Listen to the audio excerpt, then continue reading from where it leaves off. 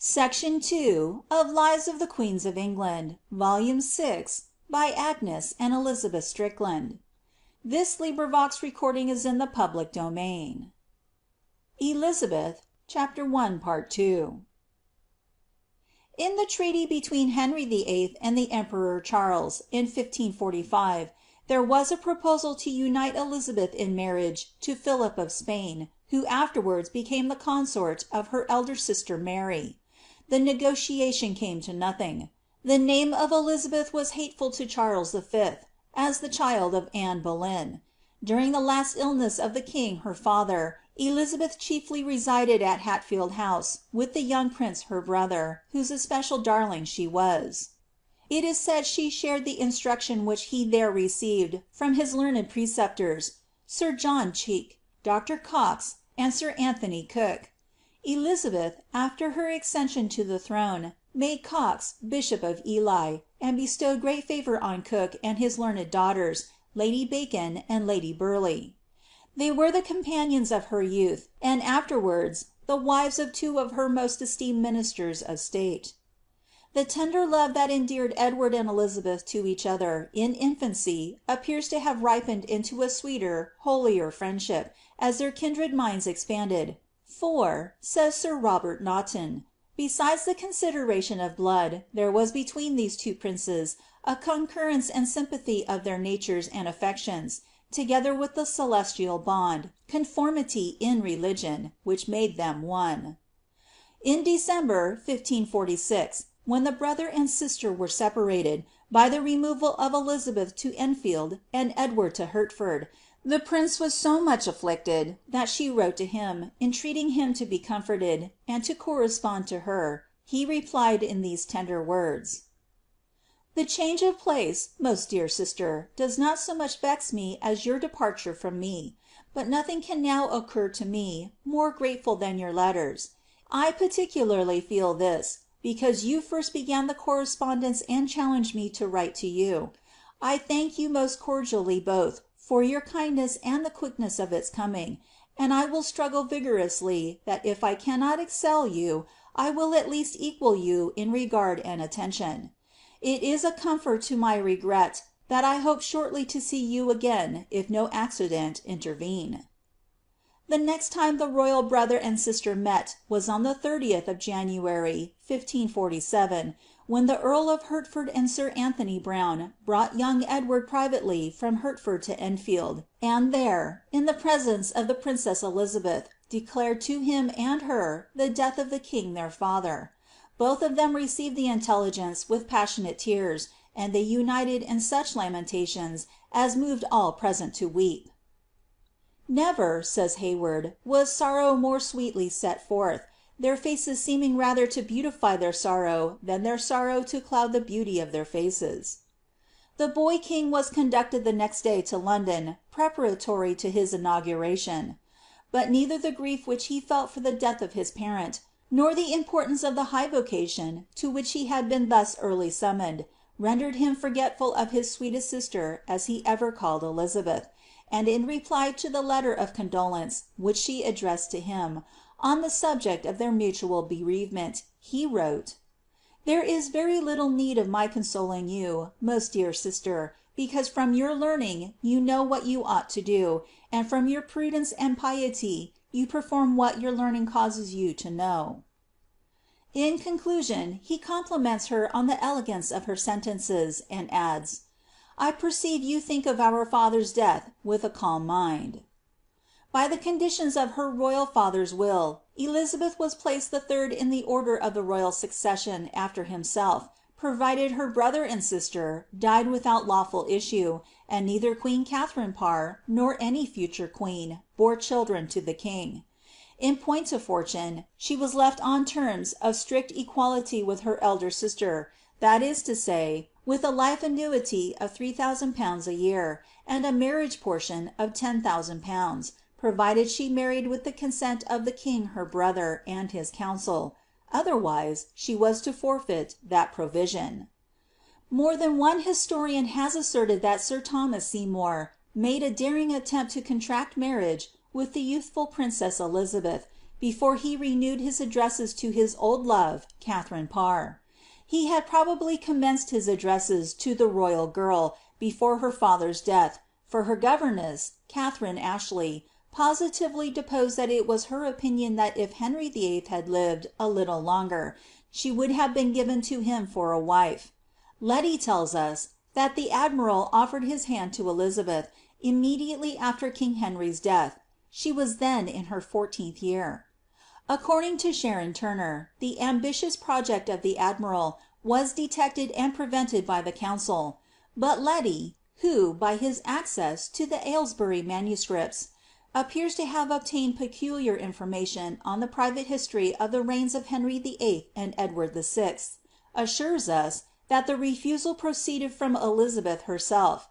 He gives us a truly Frenchified version of the correspondence which passed between her and Seymour, exactly a month after the death of Henry VIII, for Seymour's letter, in which he requests the young princess to consent to ally herself to him in marriage, is dated February 26, 1547, and Elizabeth, in her reply, February 27, tells him that she has neither the years nor the inclination to think of marriage at present, and that she would not have any one imagine that such a subject had ever been mentioned to her at a time when she ought to be wholly taken up in weeping for the death of the king her father, to whom she owed so many obligations, and that she intended to devote at least 2 years to wearing black for him, and mourning for his loss; and that even when she shall have arrived at years of discretion, she wishes to retain her liberty, without entering into any matrimonial engagement.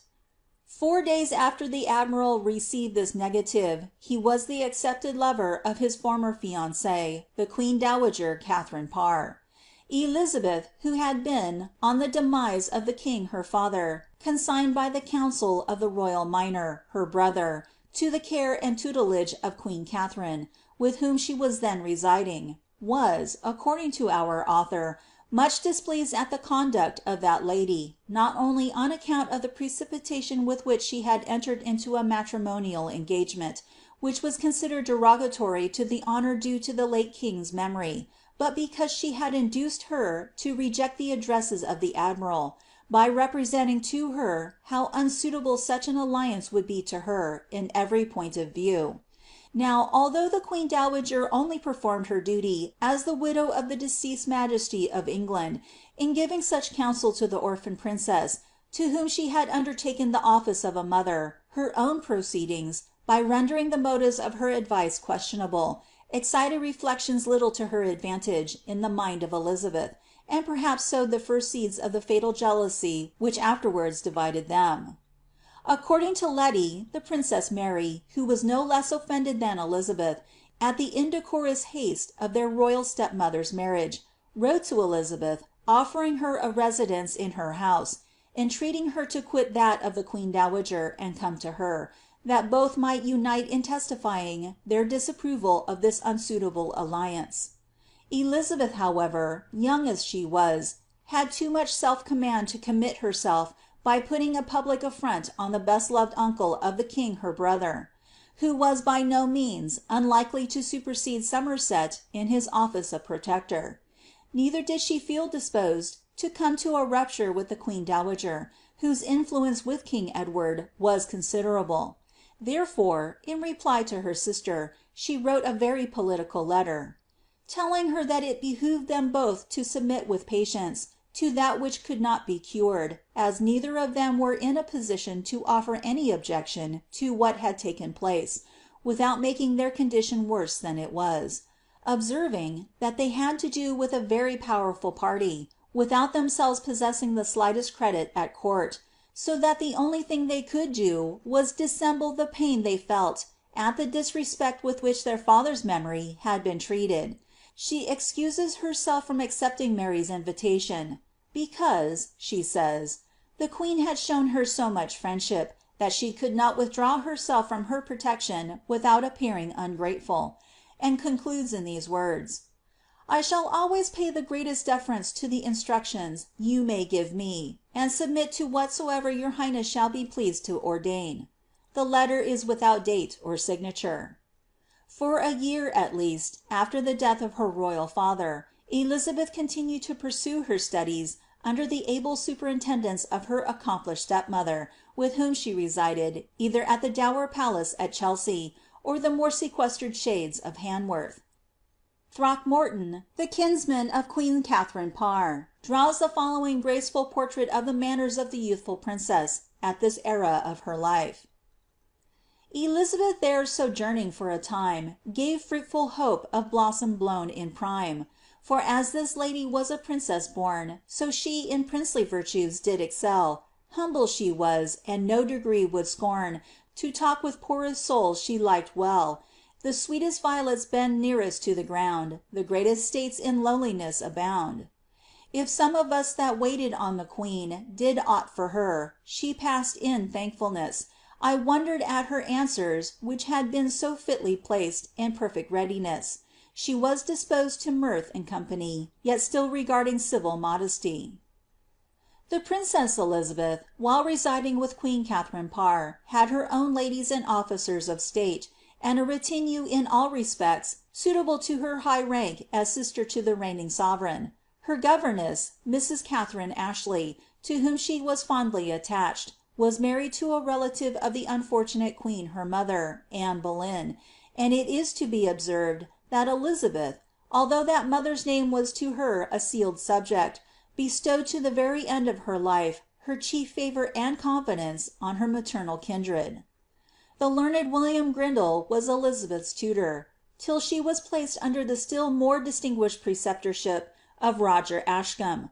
The following letter from that great scholar was addressed to Mrs. Catherine Ashley, before he had obtained the tutelage of her royal charge, and, both on account of the period at which it was written and its being in English, is very curious. Gentle Mrs. Ashley, would God, my wit, wist what words would express the thanks you have deserved of all true English hearts, for that noble imp, Elisabeth, of your labour and wisdom, now flourishing in all goodly godliness, the fruit whereof doth even now redound to her grace's high honour and profit. I wish her grace to come to that end in perfectness, with likelihood of her wit, and painfulness in her study, true trade of her teaching, which your diligent overseeing doth most constantly promise. And although this one thing be sufficient for me to love you, yet the knot which hath knit Mr. Ashley and you together doth so bind me also to you, that if my ability would match my good will, you should find no friend faster. He is a man I loved for his virtue before I knew him through acquaintance, whose friendship I account among my chief gains gotten at court. Your favour to Mr. Grindal, and gentleness towards me, are matters sufficient enough to deserve more good will than my little power is able to requite. My good will hath sent you this pen of silver for a token. Good Mrs., I would have you in any case to labour, and not to give yourself to ease. I wish all increase of virtue and honour to that, my good lady Elizabeth, whose wit, good Mrs. Ashley, I beseech you somewhat favour. Blunt edges be dull and endure much pain to little profit. The free edge is soon turned if it be not handled thereafter. If you pour much drink at once into a goblet, the most part will dash out and run over.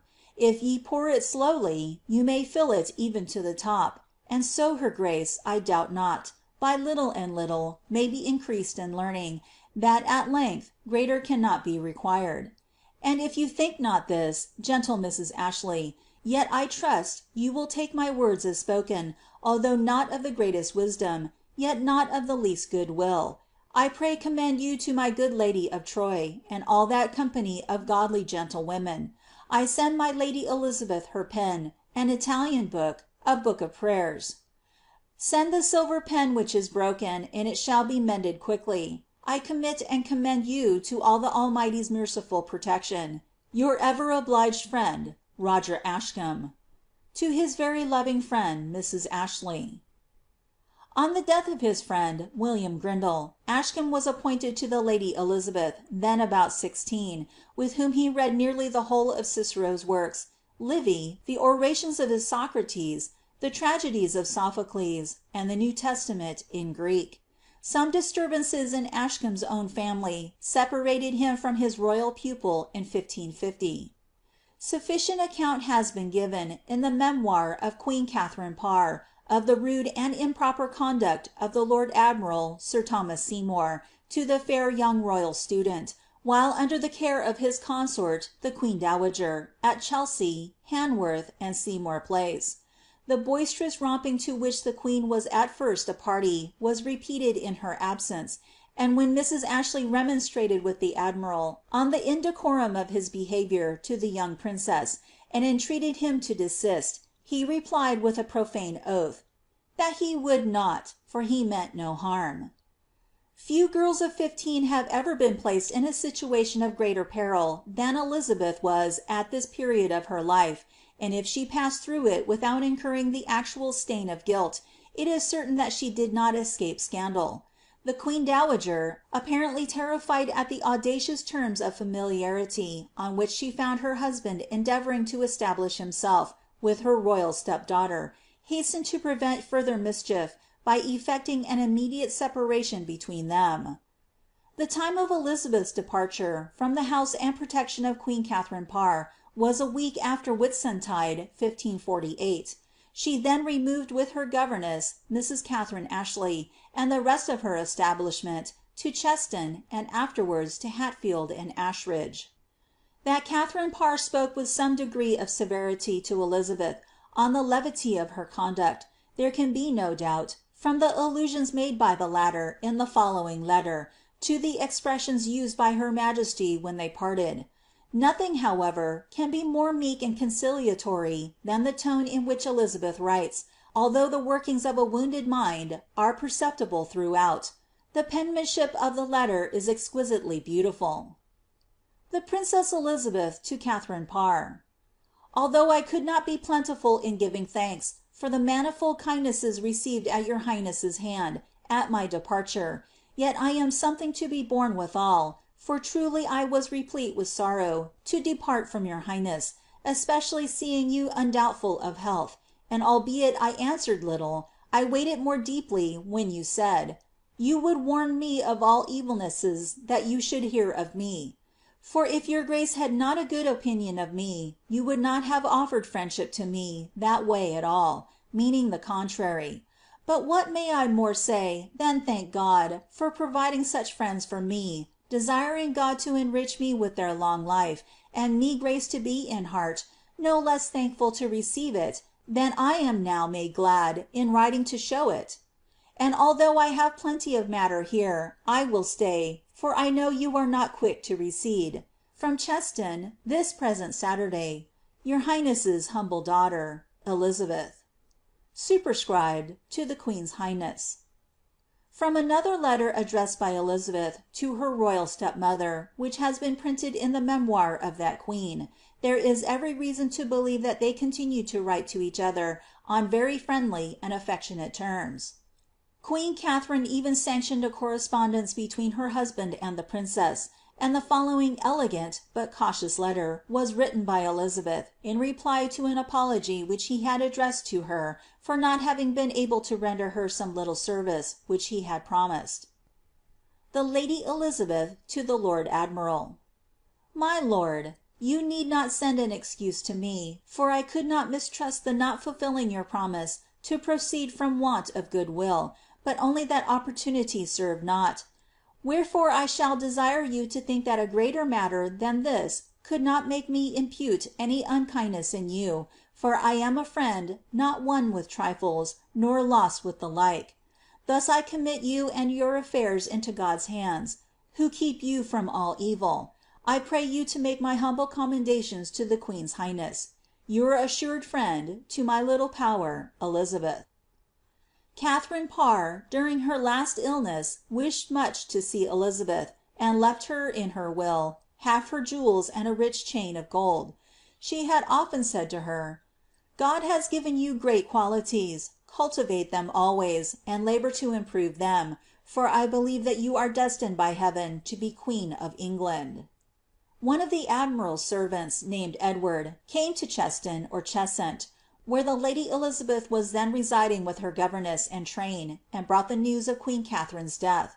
He told the officers of Elisabeth's household, that his lord was a heavy, that is to say, a sorrowful man, for the loss of the queen his wife. Elisabeth did not give Seymour much credit for his grief, for when her governess, Mrs. Ashley, advised her, as he had been her friend in the lifetime of the late queen, to write a letter of condolence to comfort him in his sorrow, she replied, "I will not do it, for he needs it not." "Then," said Mrs. Ashley, "if your grace will not, then I will." She did, and showed the letter to her royal pupil, who, without committing herself in any way, tacitly permitted it to be sent. Lady Tyrwhitt soon after told Mrs. Ashley, that it was the opinion of many that the lord admiral kept the late queen's maidens together to wait on the lady Elisabeth, whom he intended shortly to marry.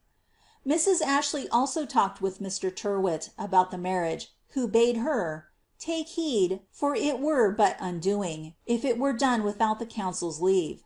At Christmas the report became general that the lady Elisabeth should marry the admiral, but Mrs. Ashley sent word to Sir Henry Parker, when he sent his servant to ask her what truth were in this rumour, that he should in no wise credit it, for it was ne thought ne meant. Mrs. Ashley, however, by her own account, frequently talked with Elisabeth on the subject, wishing that she and the admiral were married. Elisabeth, who had only completed her 15th year, 2 days after the death of queen Catharine Parr, had no maternal friend to direct and watch over her. There was not even a married lady of noble birth or alliance in her household, a household comprising upwards of 120 persons, so that she was left entirely to her own discretion, and the counsels of her intriguing governess, Mrs. Catherine Ashley, and the unprincipled cofferer or treasurer of her house, Thomas Parry, in whom, as well as in Mrs. Ashley, she reposed unbounded confidence. These persons were in the interest of the lord admiral, and did everything in their power to further his presumptuous designs on their royal mistress. Leti, who from his reference to the Aylesbury manuscripts has certainly the best information on the subject, gives Elisabeth credit for acting with singular prudence under these circumstances. He tells us, that very soon after the death of queen Catharine, the lord admiral presented himself before Elisabeth, clad in all the external panoply of mourning, but having, as she suspected, very little grief in his heart.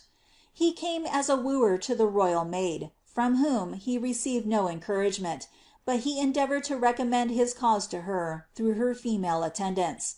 One of her bedchamber women, of the name of Montjoy, took the liberty of speaking openly to her youthful mistress in favour of a marriage between her and the admiral, enlarging at the same time on his qualifications in such unguarded language, that Elisabeth, after trying in vain to silence her, told her at last that she would have her thrust out of her presence if she did not desist. There can, however, be little doubt that a powerful impression was made on Elisabeth by the addresses of Seymour, seconded, as they were, by the importunity of her governess, and all who possessed her confidence. The difference of nearly 20 years in their ages was, probably, compensated by the personal graces which had rendered him the Adonis of her father's court, and she was accustomed to blush when his name was mentioned, and could not conceal her pleasure when she heard him commended. In a word, he was the first, and perhaps the only man whom Elisabeth loved, and for whom she felt disposed to make a sacrifice. She acknowledged that she would have married him, provided he could have obtained the consent of the council. To have contracted wedlock with him, in defiance of that despotic junta, by which the sovereign power of the crown was then exercised, would have involved them both in ruin, and even if passion had so far prevailed over Elisabeth's characteristic caution and keen regard to her own interest, Seymour's feelings were not of that romantic nature which would have led him to sacrifice either wealth or ambition on the shrine of love. My lord admiral had a prudential eye to the main chance, and no modern fortune hunter could have made more particular inquiries into the actual state of any lady's finances than he did into those of the fair and young sister of his sovereign, to whose hand he, the younger son of a country knight, presumed to aspire. The sordid spirit of the man is sufficiently unveiled in the following conversation between him and Thomas Parry, the cofferer of the princess Elizabeth, as deposed by the latter before the council. "When I went unto my lord admiral the third and fourth time," says Parry, "after he had asked me how her grace did, and such things, he had large communications with me of her, and he questioned me of many things, and of the state of her grace's house, and how many servants she kept, and I told him, 120 or 140 or thereabouts. Then he asked me what houses she had and what lands? I told him where the lands lay as near as I could, in Northamptonshire, in Berkshire, Lincoln, and elsewhere. Then he asked me if they were good lands or no, and I told him they were out on lease, for the most part, and therefore the worse. He asked me also whether she had the lands for term of life or how, and I said, I could not perfectly tell, but I thought it was such as she was appointed by her father's will and testament, the king's majesty that then was."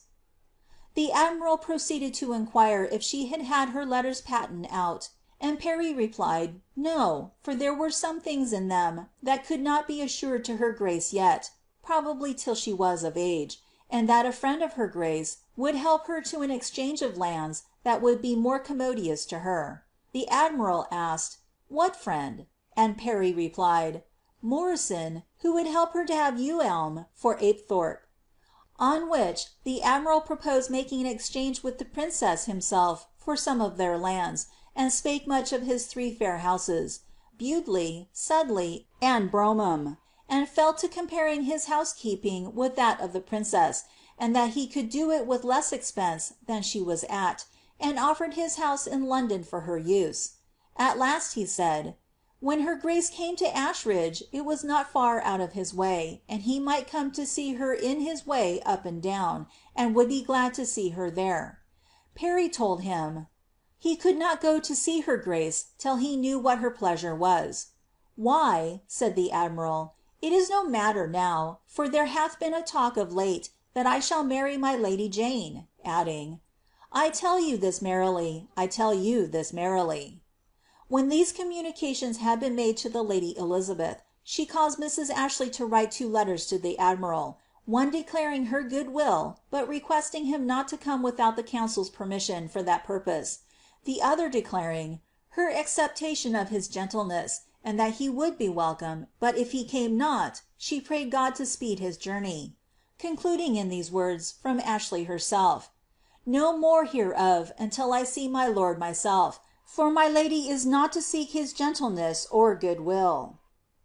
There is no absolute evidence to prove that Seymour availed himself of this implied permission to visit the princess, but every reason to suppose he did, and that by the connivance of her governess and state officers he had clandestine interviews with the royal girl, at times and places not in accordance with the restraints and reserves with which a maiden princess of her tender years ought to have been surrounded.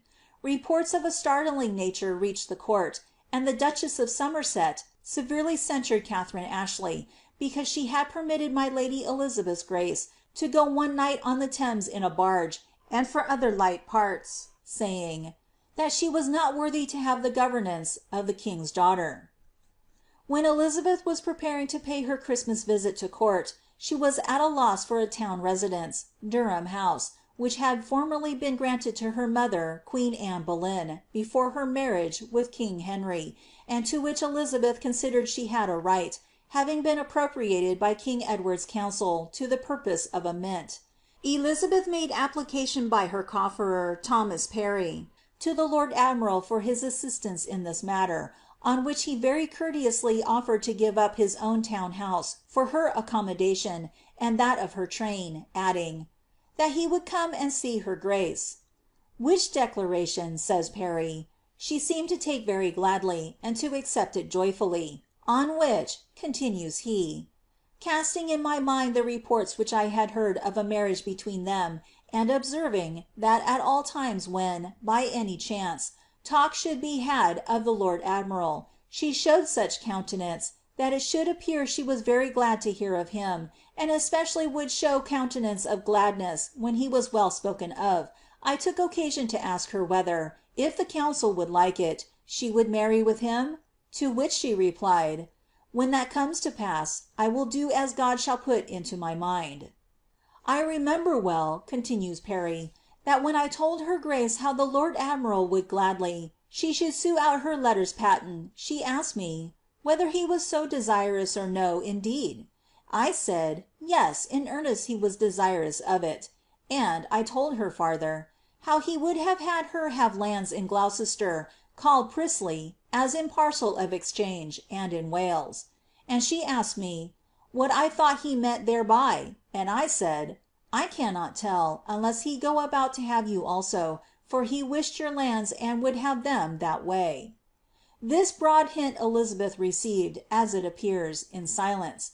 But when Parry proceeded to inform her that the admiral wished her to go to the Duchess of Somerset, and by that means to make suit to the protector for the exchange of the lands, and for the grant of a house, instead of Durham House, for herself, and so to entertain the duchess for her good offices in this affair, the spirit of the royal tutors stirred within her, and she said, "I dare say he did not say so, or would." "Yes, by my faith," replied the cofferer. "Well," quoth she, indignantly, "I will not do so, and so tell him." She expressed anger that she should be driven to make such suits, and said, "In faith I will not come there, nor begin to flatter now." Shortly after, the lady Elisabeth asked Parry, whether he had told Kate Ashley of the lord admiral's gentleness and kind offers, and those words and things that had been told to her. "I told her no," said Parry. "Well," said Elisabeth, "in any wise go tell it her, for I will know nothing, but she shall know it. In faith, I cannot be quiet until ye have told her of it." When Parry told the governess, she said, that she knew it well enough, and Parry rejoined, that it seemed to him that there was goodwill between the lord admiral and her grace, and that he gathered both by him and her grace. "Oh," said Mrs. Ashley, "it is true, but I had such a charge in this, that I dared nothing say in it, but I would wish her his wife of all men living. I wis," quoth she, "he might bring the matter to pass at the council's hand well enough." The long gossiping conversation between the cofferer and the governess then followed, in which Mrs. Ashley, after adverting to some passages in the early stage of the princess's acquaintance with the admiral, and the jealousy queen Catharine Parr had conceived of her, suddenly recollected herself, and told Parry she repented of having disclosed so many particulars to him, especially of the late queen finding her husband with his arms about the young princess, and besought the cofferer not to repeat it, for if he did, so that it got abroad, her grace should be dishonoured for ever, and she likewise undone. Parry replied, that he would rather be pulled with horses than he would disclose it. Yet it is from his confession that this scandalous story has become matter of history. While the admiral was proceeding with this sinister courtship of Elisabeth, and before his plans were sufficiently matured to permit him to become a declared suitor for her hand, Russell, the lord privy seal, surprised him by saying to him, as they were riding together, after the protector Somerset, to the Parliament House, "My lord admiral, there are certain rumours bruited of you, which I am very sorry to hear."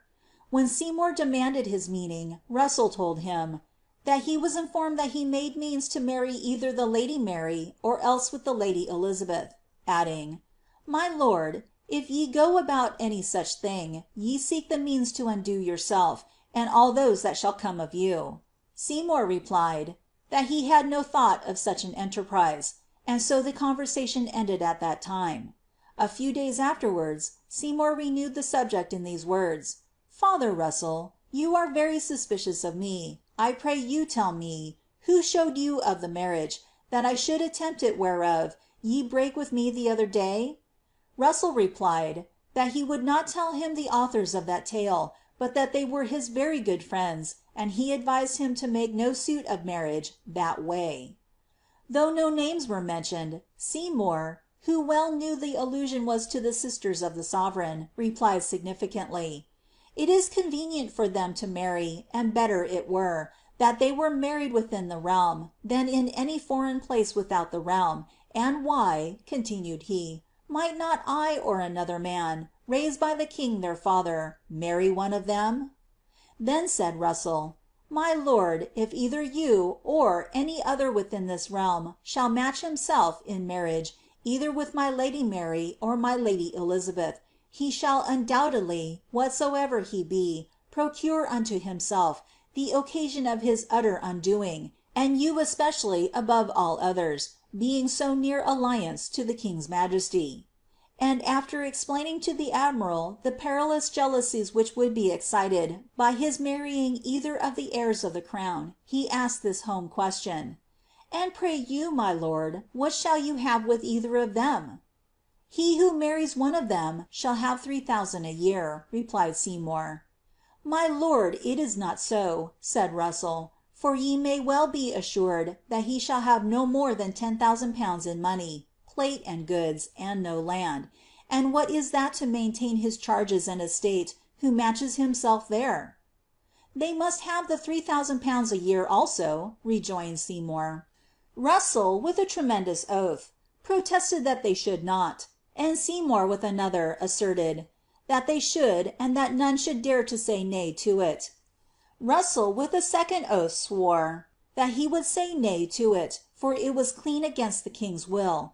And the admiral, profligate as he was, finding himself outsworn by the hoary-headed old statesman, desisted from bandying oaths with him on the subject.